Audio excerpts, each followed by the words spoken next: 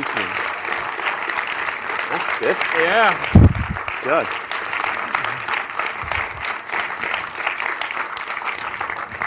I never had that with one of my movies.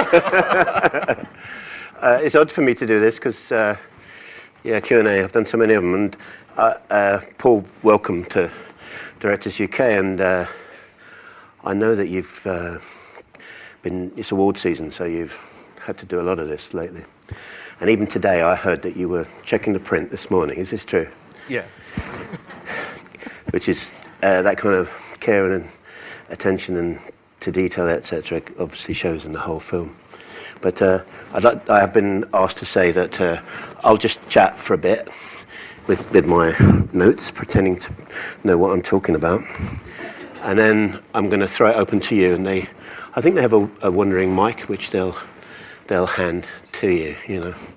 But it's welcome. But I have to, if I could begin with my boring US story. The reason that we know one another is in, I think about 1990, would it have been? 88. Oh my God.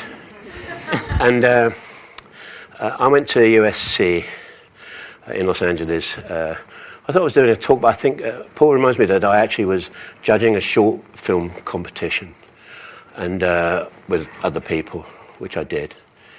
And I did it, and I remember coming out of the cinema, and I was really irritated because I had a little Volkswagen car that got a ticket on campus, and these cops come up to you and give you. And I thought, well, I've been helping them by doing this thing.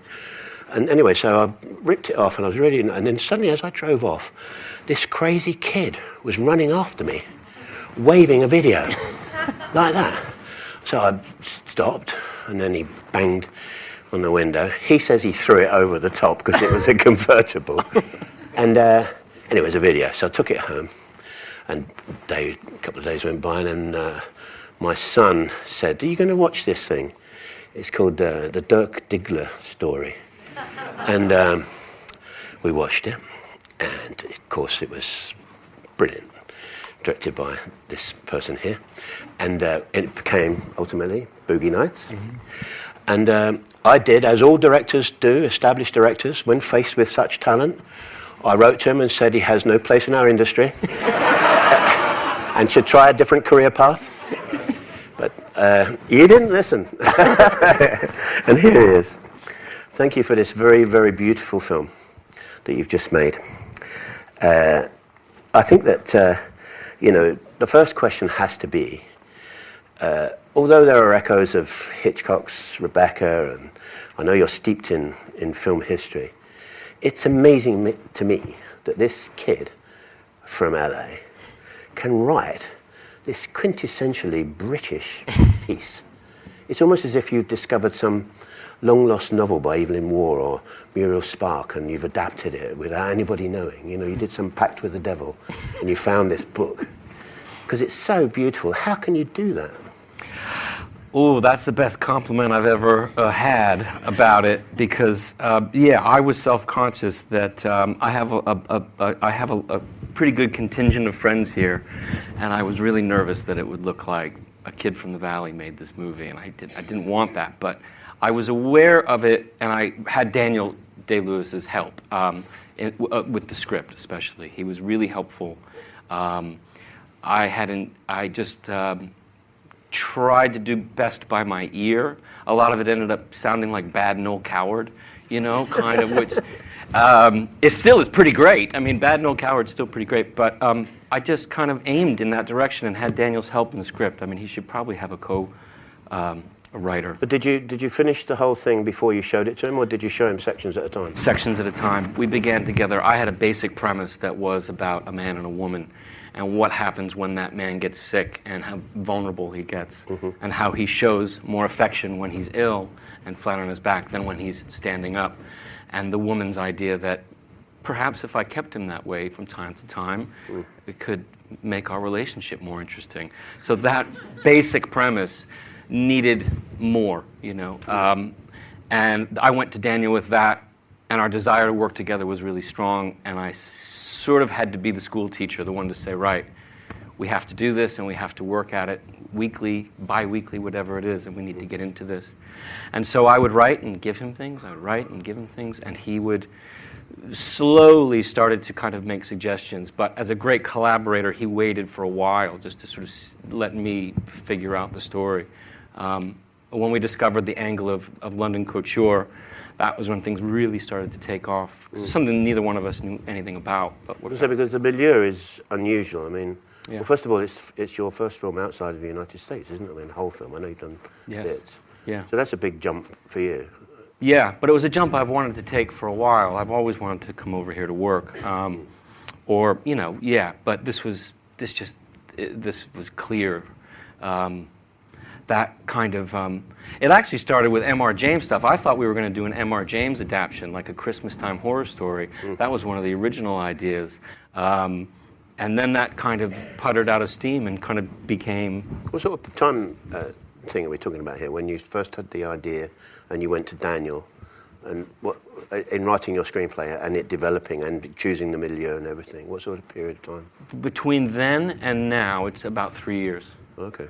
So it was about a year of writing, and then a year of prepping and more writing, and then we started shooting in January, finished in April. Did you change your screenplay because of when you found things, when you found locations, or? Absolutely, yeah. The writing would change as the research grew. Yeah. You know, you find a story about the rich American heiress Barbara Hutton coming to see Balenciaga, and then we followed that one through, and the more research started turning stuff up. And the more it kept ballooning, and the more we would kind of bring it back down. But in your, I read that the original thing from you was Balenciaga, and then of course here we would be, obviously Paris is where the couturiers are most famous from. Not that Balenciaga is French, but he did eventually end up there. We had Hardy Amos and people like that who Norman Hartnell. And Balenciaga, all of whom, you'd be hard pressed to find a heterosexual couturier actually in Paris or London. Certainly in London at that period of time. Yeah. Did you? I mean, that's a big thing actually, because that could have pushed you into an area of a homosexual love story as opposed to heterosexual. We need, Daniel and I are both strong research. We needed like two points of reference to prove it was possible, because it's predominantly it's a gay man's world. It is run by them, but there were just enough heterosexuals who that we thought it was okay. It's funny that. The other thing we found, I have a feeling that when we first started the story, it might not have been his sister, but the more we researched these couturiers with time and time again, there was a sister as the right hand, as the keeper of the gates, who had run the business and kept everything on track. That's another thing that the research provided. But to have made it a gay story was something else, and we I steered must in a admit, in the different first act, I got you. You won me. I mean, I knew where the story was going eventually, but I mean, I always thought, because of having that backstory of that's what couturiers are, that there's something gay and difficult here. Right. And or even the sister too, because she's such a strong character in the film. Right. Wonderfully played, I have to say. Beautifully played. Leslie Manville, National God, Treasure. Fantastic. Yeah, really, really good performance. But, Well, that's all. I hope you're speaking too, just about the feeling that there's secrets Yes. between them. That we reveal something, but we don't really go that way. But there's a tension between them, as if they're sort of orphans who have been together forever and ever, and you never quite know what's being said or is unsaid between them, which I think is a good thing. Yeah, no, it's very beautiful, actually. With regards, just to ask a directorial question, I mean, there are a number of things, really. It's astonishingly beautiful film. And so all the key people that you work with are all your usual people, I think. Yes. In that you brought them here from the United States, which is actually quite unusual for American directors to bring their whole kit and caboodle. Often us British directors do the thing in reverse, because you're comfortable with the people that you work with, obviously. For instance, your costume designer who, if he doesn't win the Oscar, I'll be very, very surprised.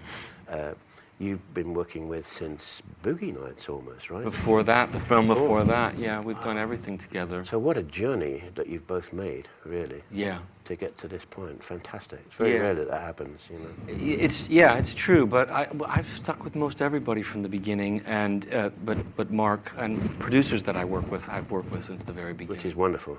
Yeah. Yeah. I mean, Absolutely. Well, maybe it's terrible, but I wouldn't know, because You would know.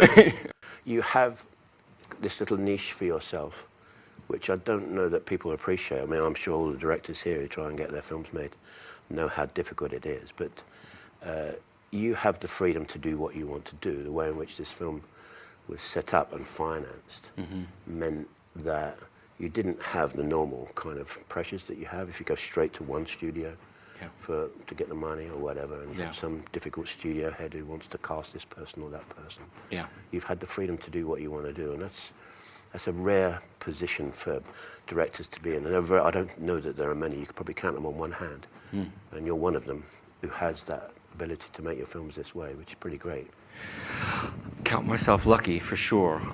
Well, that probably falls to a fiscal responsibility as well that we've always had. We're always so paranoid of going anywhere near over budget, you know. And Joanne Sellers here, that was always the lesson I learned was, if they say you can have this amount of money, don't ask for more. Don't ask for more, because once you open that door, they can start having opinions. So be careful. Yeah. On the other hand, you could argue, I mean, it's not the question I was going to ask you. I was going to ask you about the aesthetics of the film, because I want to talk to you about the cinematography, which is an unusual situation. But if you were Hitchcock, the thing when he went to make Rebecca, the one thing that David O. Selznick allowed him to do was to build gigantic sets.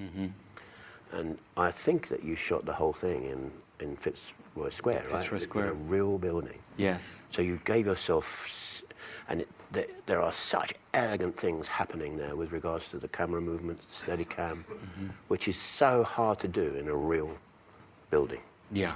Did you not, and I suppose it is down to money in the end, I mean, but to build that house would not be a terribly difficult thing to do at Pinewood or Shepperton. Right. Did you ever think about doing that? We considered it for a split second. We always aimed towards the real thing, and I didn't really know just how hard it would be. The idea was, well, what do you see, if you are on a set, what do you see outside the windows? So are we building an additional square outside the windows? Are we doing it green screen? Therefore, perhaps creating a green pale coming in through the window that could be scary, annoying, frustrating, not what we intended. I don't know your experience, but the sound of a real location you can't recreate it. You know, the creaks and of the floorboards in a Georgian townhouse. I don't know that we could have ever had sound design good enough to make it feel and sound that it did. But nonetheless, you got like 90 people crawling all over that place, you know, which would have been easier if you had been in the studio. Absolutely. I mean, it certainly would have been easier, but the results, you know, in this day and age, though, too, with LED lights and the sort of change in lights, it's far more practical these days than it used to be. Sure.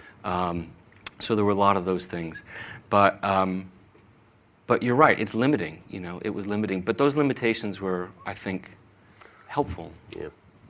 Now, also, you shot on film. Yeah. Which is great. You're one of the last left. Yeah. Although you didn't edit on film, I don't think. Did you transfer it? That would be taking it too far. Okay, yeah. I think, yeah.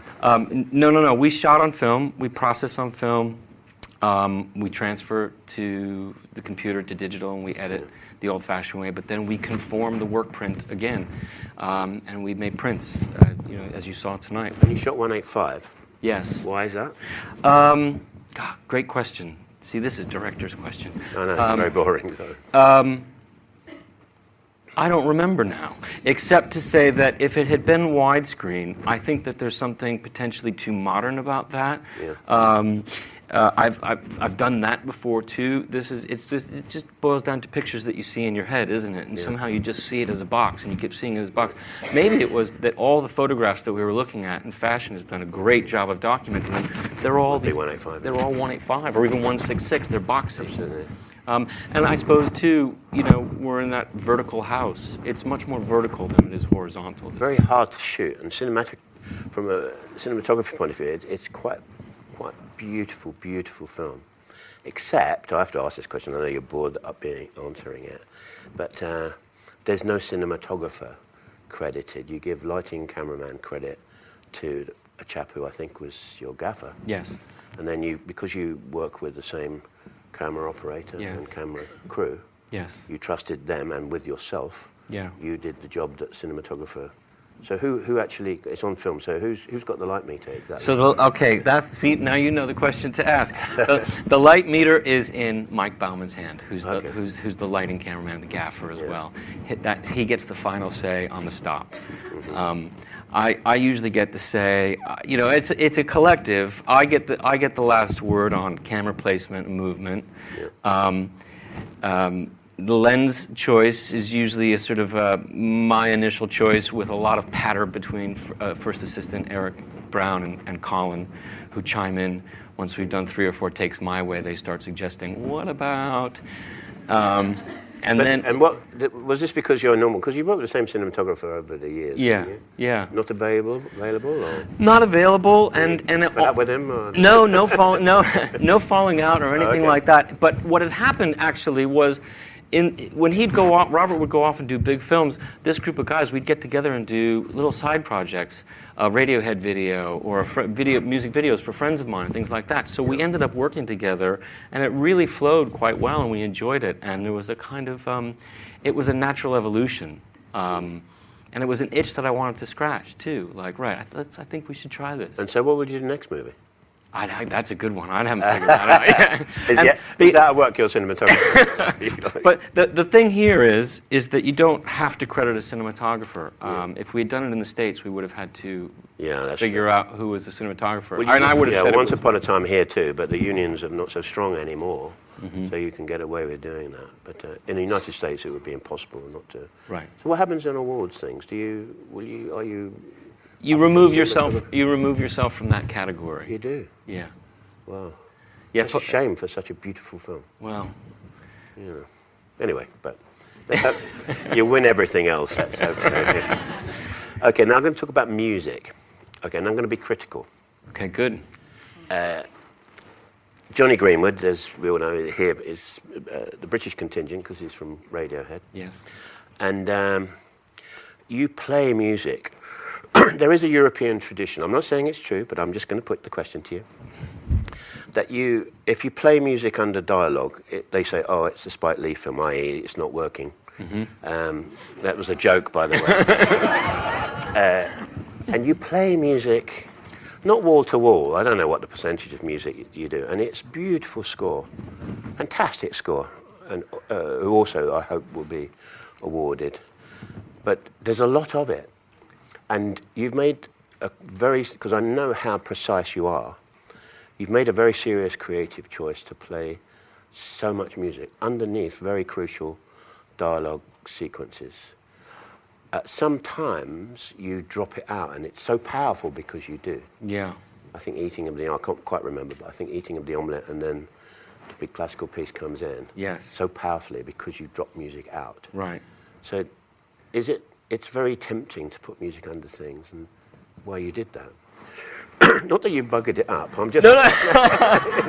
But I feel okay, because if you could sit in on the endless debates and conversations in the cutting room about how much and how little and when it goes in and when it goes out, I mean, it's really at the forefront of all the conversations through editing.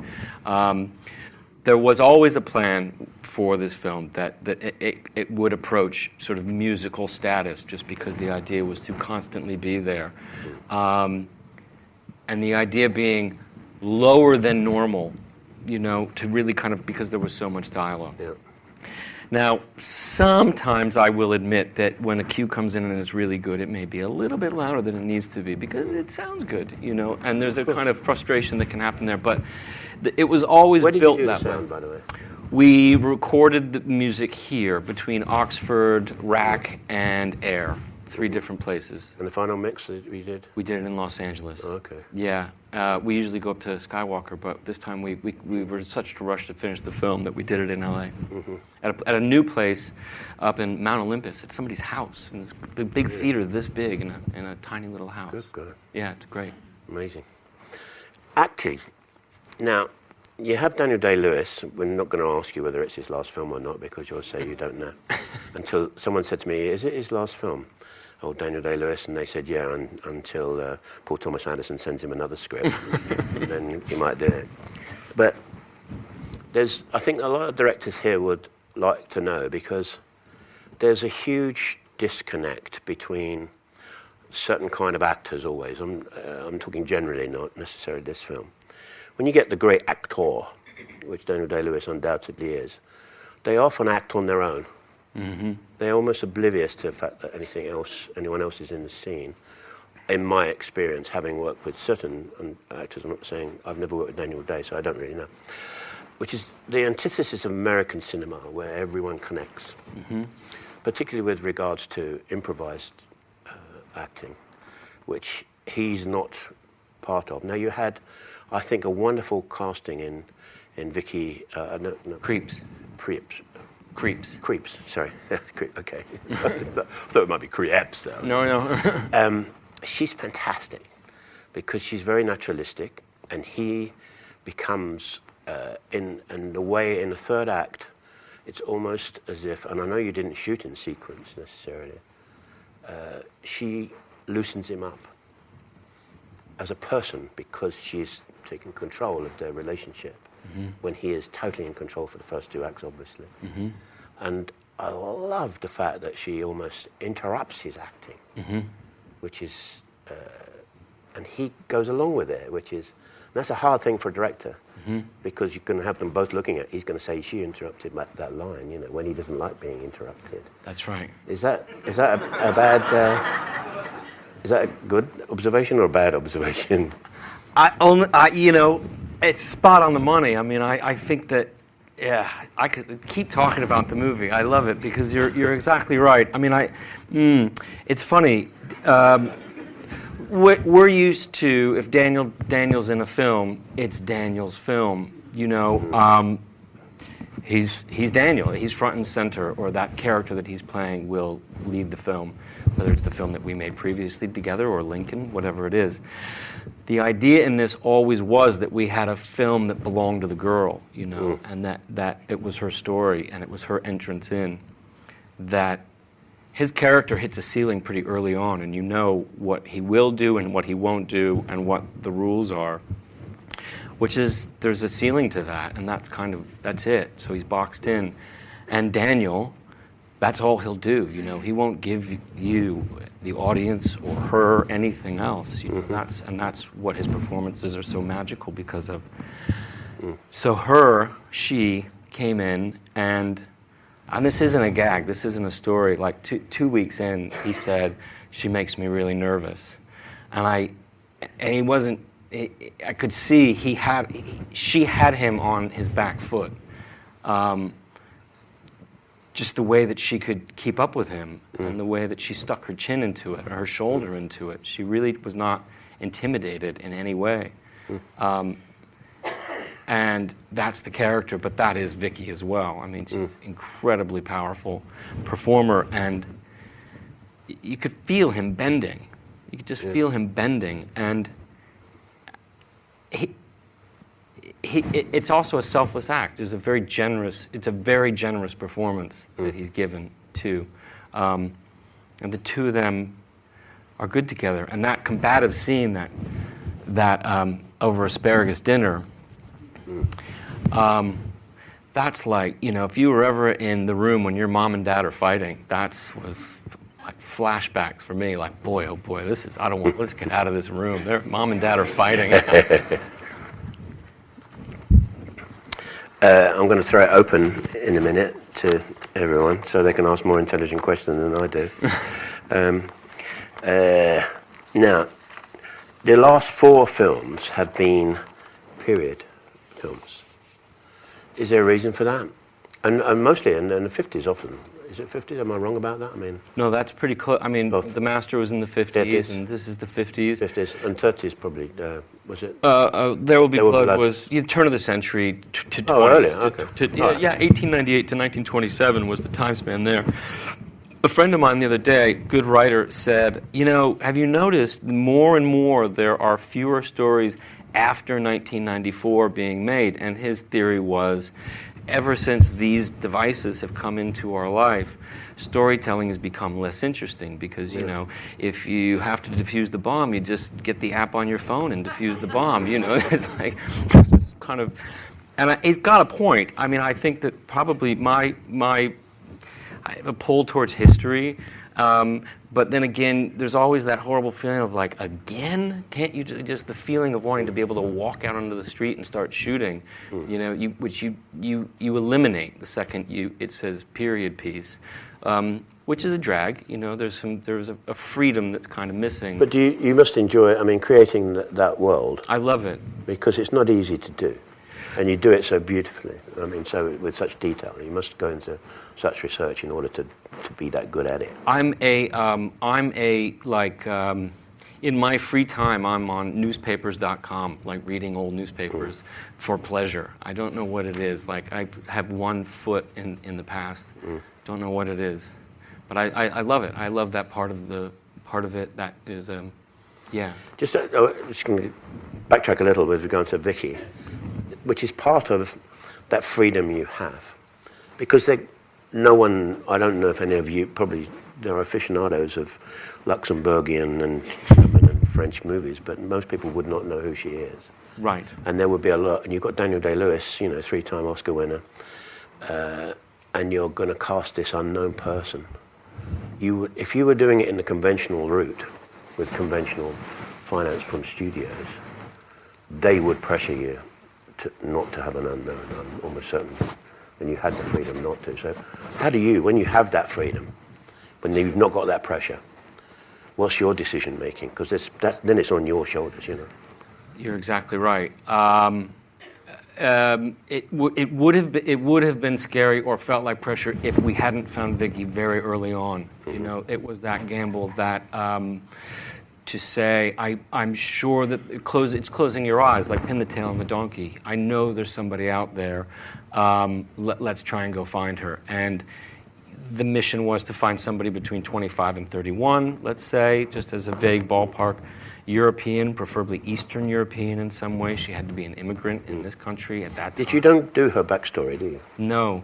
Is there a reason for that? I mean, well, okay, we had a little bit, and it was a classic kind of, it was a classic situation of too much information. Yeah. The one bit of backstory that remains, which is a very subtle thing, is that when they go to Barbara Rose's wedding, and the reporter asks about selling visas to the Jews during the war, you see a close-up of her that, with what the look is on her face, I felt comfortable eliminating what information we'd done in the first act, saying it's subtle, it's there. If you get it, great. If you don't get it, I think there's enough mystery with her and enough going on in her face that we don't need to over-explain it. It's probably more of a European or a British thing, even needing that backstory. Because if you think of American movies, had Ingrid Bergman and Greta Garbo, and nobody ever said, "Oh, where do you come from?" Right. I'm a movie star. I live in LA.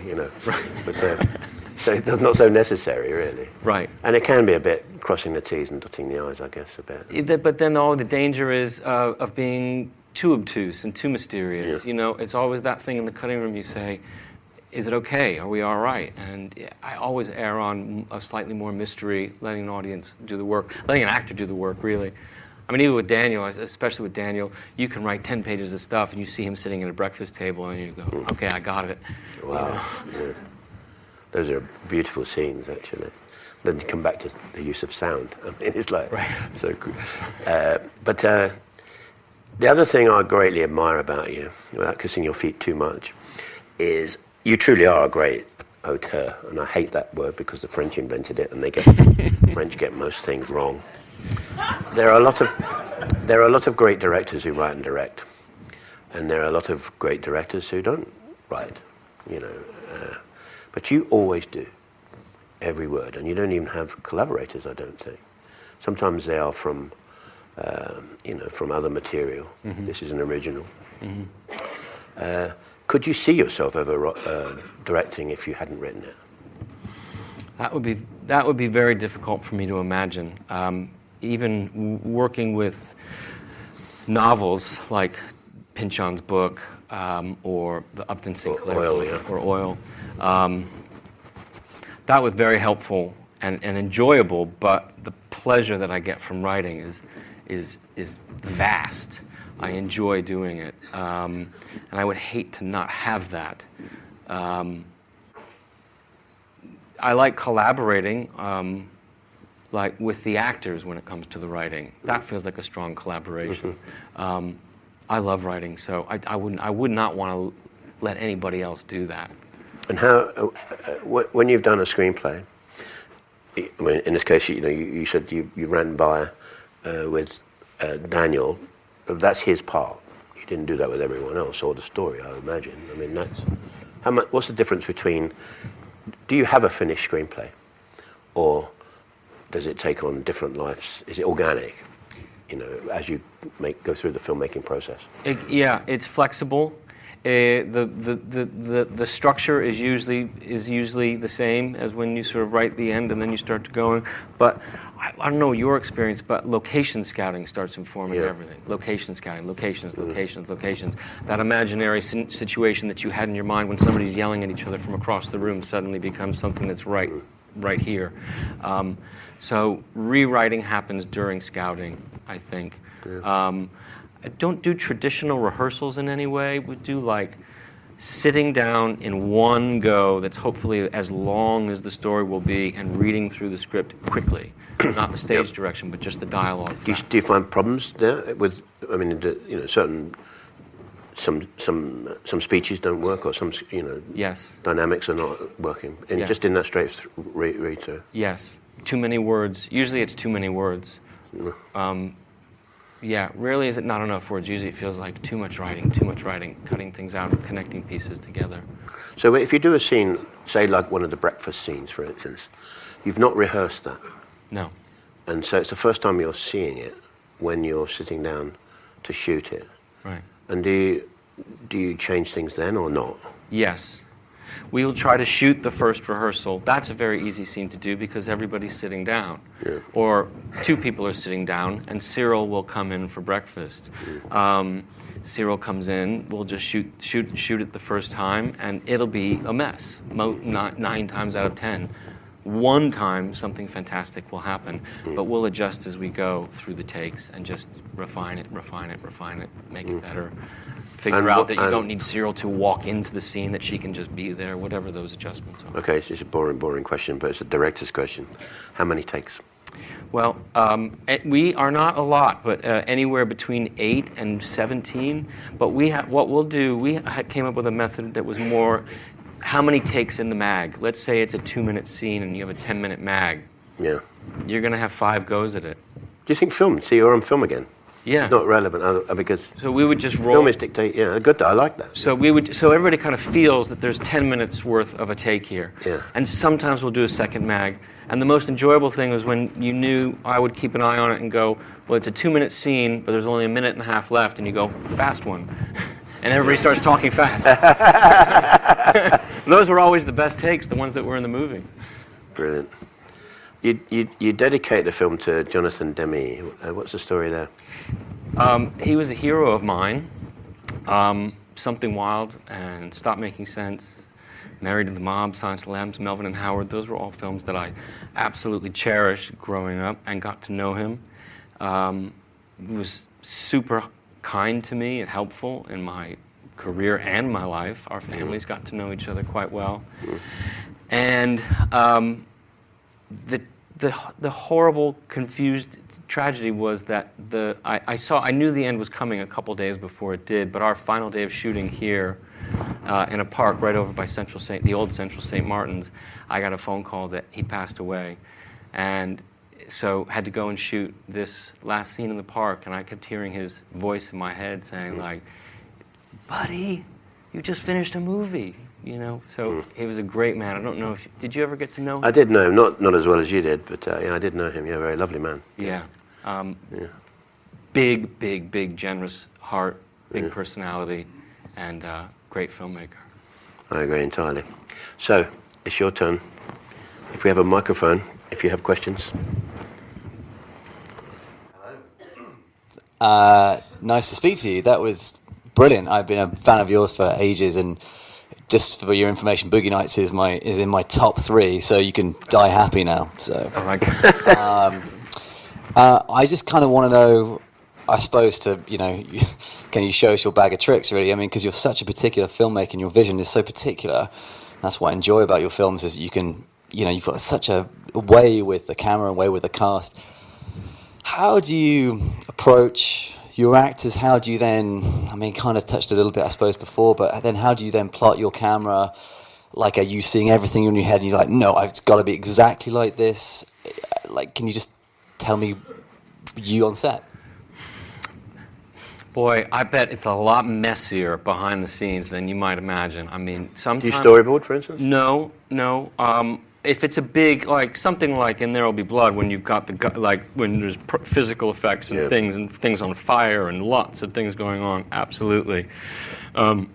Those are scary situations that you really have to map out.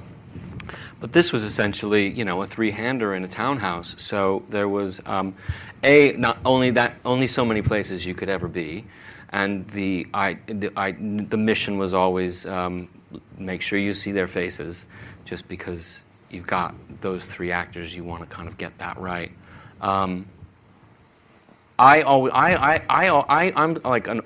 TCM, Turner Classic Movies fanatic, so I live and breathe for old movies. So I think my first instinct is always, well, what would they do? And that generally means a great master shot that can hopefully play in a mass. So if it's good, then you can just leave it and get out of the way.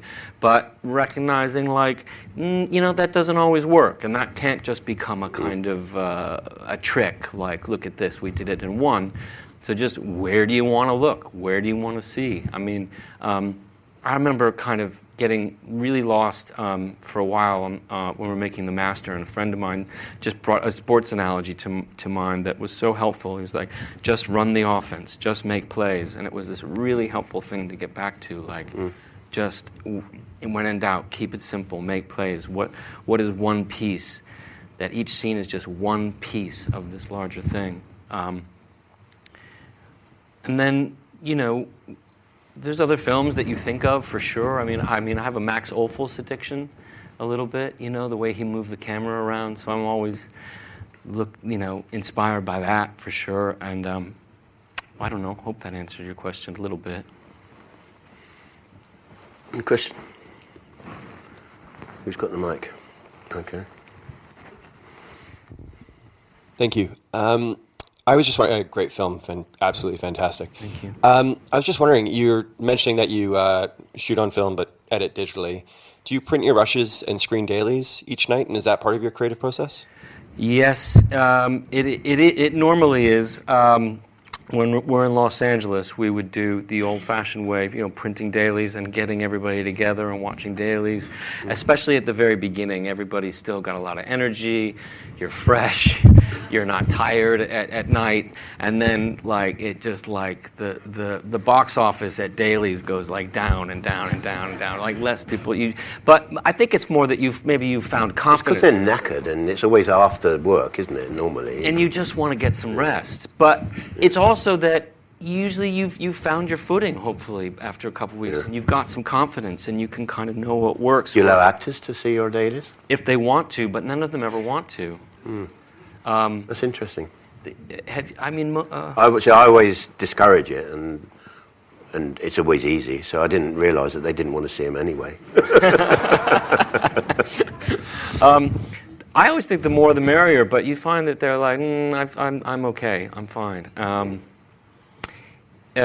Over here, we found it difficult to print dailies. It doesn't happen that much anymore, so we were just going to Technicolor in Soho each night after Fitzroy Square, and we'd watch it, and again, we'd run out of steam, and we would see things that were like the New Year's Eve thing. We were all anxious to run in there and say, how did it turn out? You know, I can't tell you. I'm still always surprised every day that there's exposure. I'm still have that.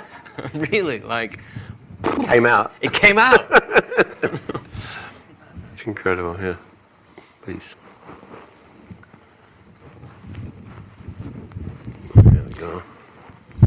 Hey, I thought that was fascinating. I thought as a sort of triangle of central characters, each one was so different and so distant at times. And I just wondered if it seemed to be that a lot of it was about who was looking at who, but more importantly, who wasn't looking at who, and whether you were really prescriptive about that, or was that something that the actors brought to the table? They were doing that. They were doing that naturally, those kinds of dynamics, and then I'd put in a request here and there to amplify one up. I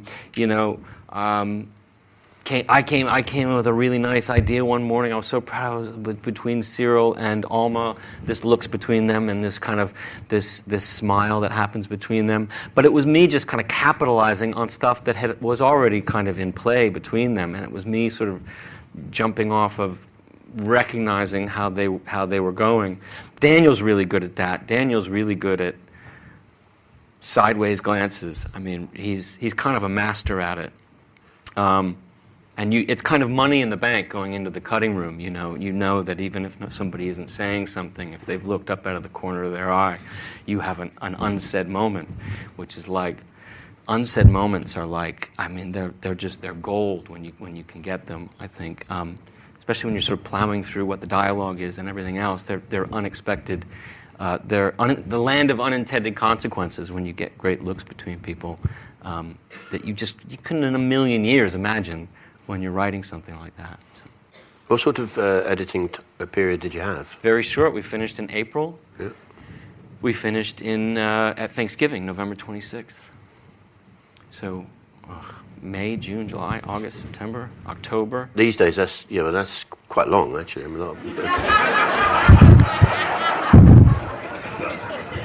Well, I mean, if you're Ridley Scott, it's like long. He just redid a whole movie in like 10 days. Oh, hello. Yeah, I was just fascinated about in terms of the writing. And you said that you seem to enjoy writing, which not many people tend to do. So and I think the beautiful thing about a lot of your movies is that there's such focus on the very intricate and minute behaviours and whether again writing those things into the screenplay is always can be very, very difficult. And then just fascinated about how your process towards writing things like that and how it affects your vision and how intrinsic the writing is to your directing process. Well, in my experience, I don't know what your experience is, but if you have a scene that is written well, you can show up and be a really good director that day. But if you don't have a scene that's written well, you've got a 50-50 chance of survival. Maybe you could pull something out of your hat, but chances are you're gonna be in trouble. That's been my experience. Peculiarities. I mean, you made me think of. I mean, it made me try to think of something to talk about. There would be, ordering breakfast has always been a fascination for Daniel and I. And I kind of this kind of like you can tell a lot by somebody by how they order their breakfast, And sometimes in writing you get something like that, and you realize you have a movie. You're like, wait a minute, this is enough, to get on with it, right? I was trying to write a scene of this waitress meets this man, and that a breakfast order comes out, and you think, well, I know who this person is now, Those are the kind of perhaps idiosyncrasies that really can tell a story, because you know now what he's about, and now you know what she's up against, and now you have a frame of reference for the next 2 hours. Interesting thing is that because you always had Daniel, and because you cast Vicky pretty early on, because normally in a movie, you're reading your screenplay over and over with different actors and things before you decide who's going to be it. And during that time, you think, there are certain scenes you think, if you've written it, you think, oh my God, this is never going to work. And then suddenly someone comes in and they read it, and then bang, it's beautiful. Absolutely. And you think it's because it's the right person, as opposed. Other times, you better address yourself to the fact that that scene isn't actually working. But you don't have that luxury if you're, you've got actors who were in right from the very beginning. But apart from that read-through that you mentioned. Yes, but you do with smaller scenes when you bring actors into audition for a smaller part that you don't know who could play this part, and you get, when you can get sick of scenes pretty quickly that way. You sort of hear it 15, 20 times, and you go, You think it's not working, yeah. it's just not working. This is not working. And then you're exactly right. Somebody comes in and you go, I knew this was okay. This person, and there it happens. Yeah. However, I've had a few times where you get sick of something fast, and you have to listen to something. You say, this isn't this actor who's a great actor who's come in. There's something wrong in the construction here. First instincts are usually really correct, aren't But because you are a writer, what would you say you are? A director, writer, or writer-director? they? Writer, director. Okay. Writer being first. Okay, no. But do you have situations in scenes where you think, can you give me a minute? And you go off and you rewrite it. Not rewrite it completely, but change it. Or do you go, that's it? I will try to rewrite, but within reason for the actors in terms of what they can memorize. But I've usually that's true. found that it's looking at it and taking a box around 4 lines of dialogue and making a big X through Do you it. do about the night before? Do you ever do that? I try not to, but I have been guilty of that. Yeah, showing up the next day and going, I know you've memorized this whole scene, but, and that's a drag. That can really screw everybody up. So we try to always sort of see on the horizon a scene that's coming and say, is everybody okay with what's coming up? Yeah. And sometimes there's no time to get it right, or at least everybody is on the same page about, yeah, I'm feeling pretty confident about what's coming, or I'm nervous and it needs to be addressed. Yeah, for sure. There was a scene that we have with Julia Davis, who again is a national treasure, who's sort of notorious as a great improvisational actress. I mean, that's what she does. She's a comedian. But I went to her and I was very afraid because I had a very thinly written scene and I needed help. And the worst thing that you could say to somebody is, I don't have anything. You'll just improvise something, which is like, it ain't fair to anybody. No. So with her help, in the middle of production, which I had very little time, but she was able to write some stuff up. I was able to contribute. So we were able to get a base to start from, because then the improvisation can come from there. Sure. Just sort of throwing somebody into the deep end of the pool and saying, be funny, is like, it's putting a chain around their neck. Mm-hmm.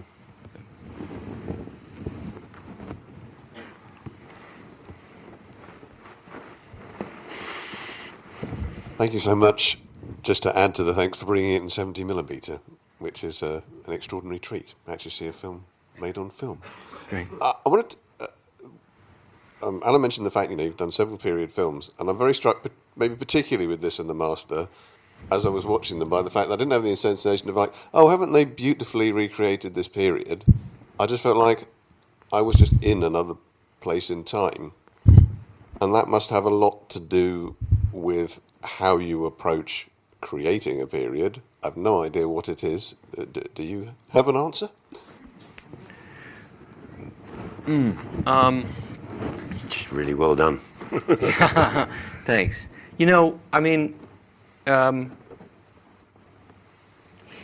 I think you can agree with this because you don't do this. It's like sometimes in period films, directors may feel a need to oversell you on the fact that it is another time and place with unnecessary establishing shots, unnecessary wide shots, unnecessary London 1955 letters, that kind of thing.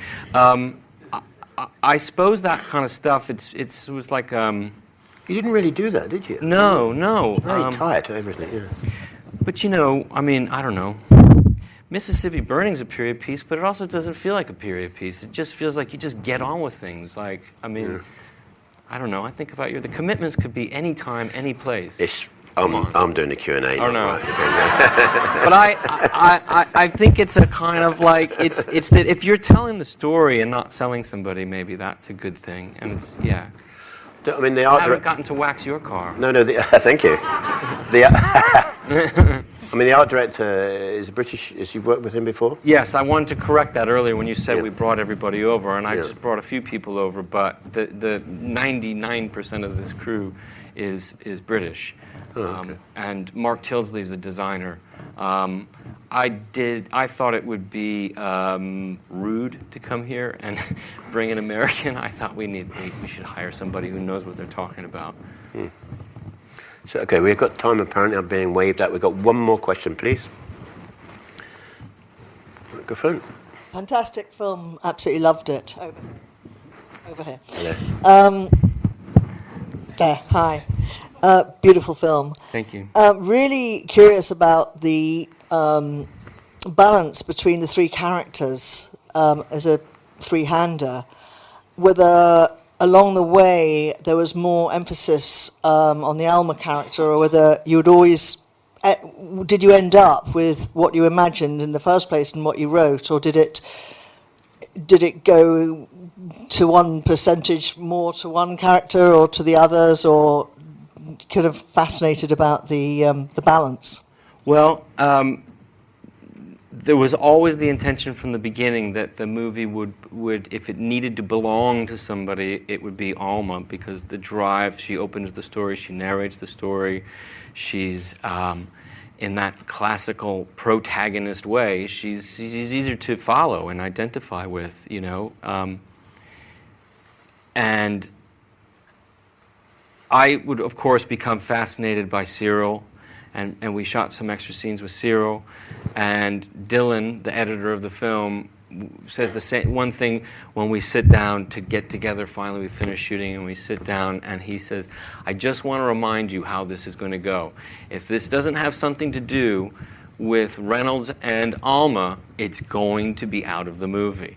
And then on top of that, if it doesn't have something to do with Alma, it has very slim chance of surviving in the movie." So that was a kind of... Was it long when you had the first car? Not too bad, 220, 225. So not too many sacrifices. Not too many. And the ones that had to go were obvious pretty clearly.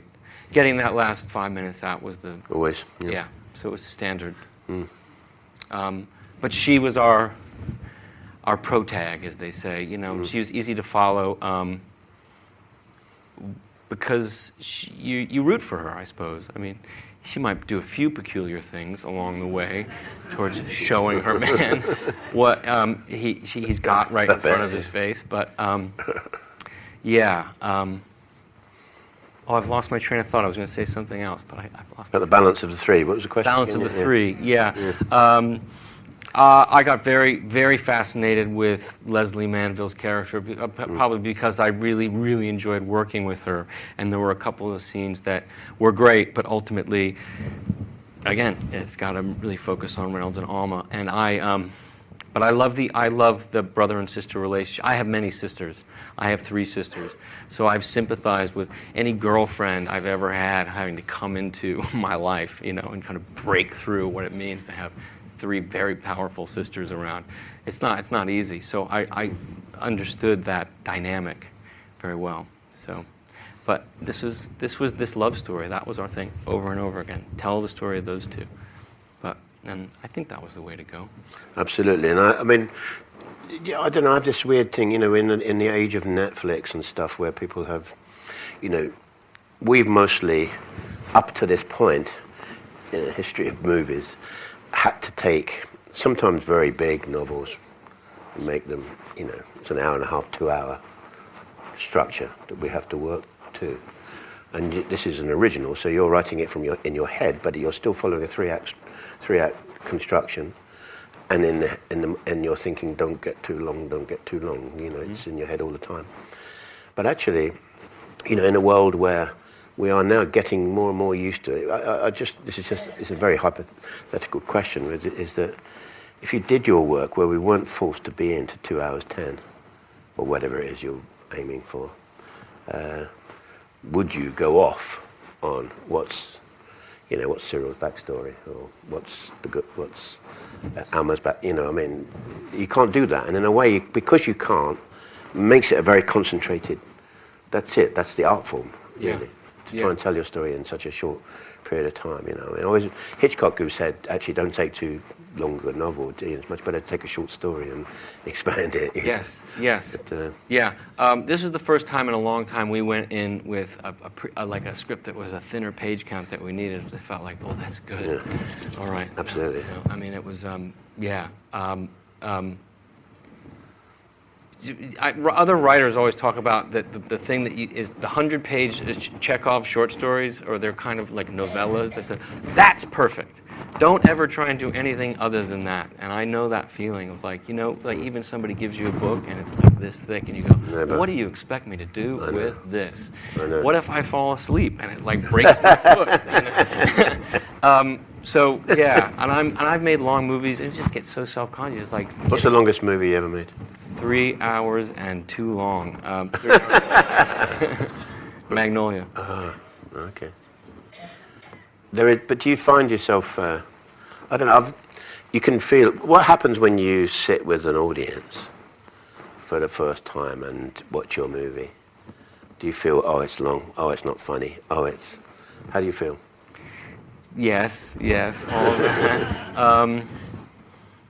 I wish we were getting to the next thing. I think they've got it. You can feel when somebody has it and it's time to move on, or when there's an outward a response, when people laugh. It's like the heavens open up. It's a great feeling. It really is. It's just joy. Yeah. We have something in this movie, and this is again the land of unintended consequences that I didn't realize we had. I didn't see if it happened tonight because I wasn't in the back of the theater. But when Reynolds discovers in the hem, or when Alma discovers in the hem, the note "never cursed," it's turned on its side, and you can watch just about everybody in the audience turns their head like that. That is a great feeling. Well, you should have a great feeling about the whole film because it's quite beautiful. Thank you very much. Thank you, Alan. Okay. Thank you very much.